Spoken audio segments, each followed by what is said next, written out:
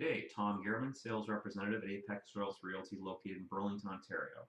I operate from Grimsby through to West Mississauga. Today's discussion is going to be for both the buyers and the sellers. There are three factors that you need to take into account when you are selling your property or purchasing. The first one we're going to talk about today is location.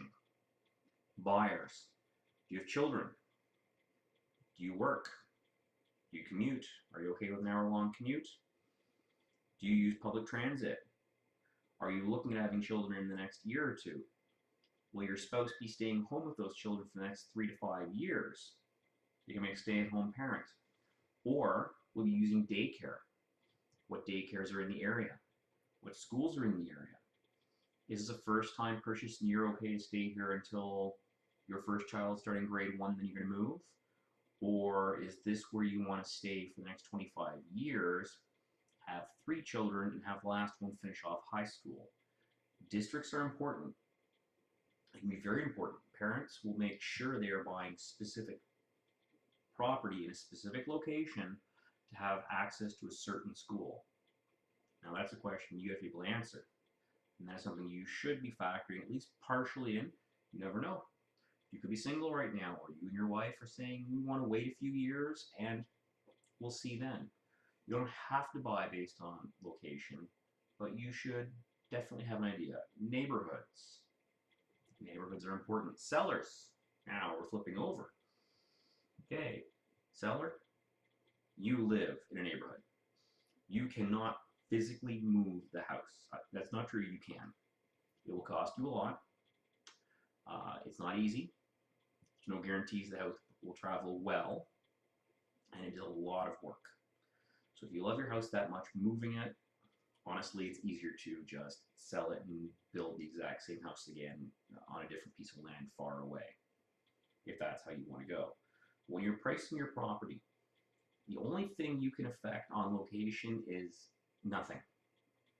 You've picked it, you live there. If you are next to an iron smelter, and when you purchase a property, everything else is great, easily affordable, something's changed, you cannot, in most cases, change that back.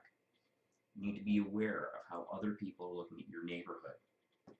If there is a high rate of crime in the area, and that's changed over the last few years, that will be known by most people. Realtors talk. They know people who are in public services, i.e. police. Grow up is not as bad as it was a few years ago. There's not the same stigma attached to it because you can have $1 million property, a brewery, or it's about anything with a grow up in it. So as long as remediation is done or people know about it, it's not have the same stigma. Now, you have to be aware location is important. So when you're pricing a property, realize you may not care, but somebody else out there, in fact, most buyers may be upset by having the rail line running through the backyard. So, be aware of it. Best thing you can do when you're purchasing is to be aware of what currently is in the area, and if there's any thought on changes going on.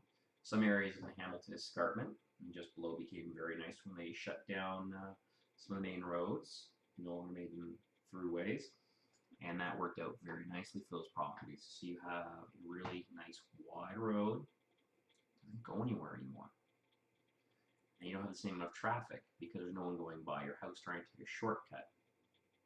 Anyway, you do need to be aware. Location is one of the 3 important criteria that face people when they are buying and selling. You can't change location as a seller.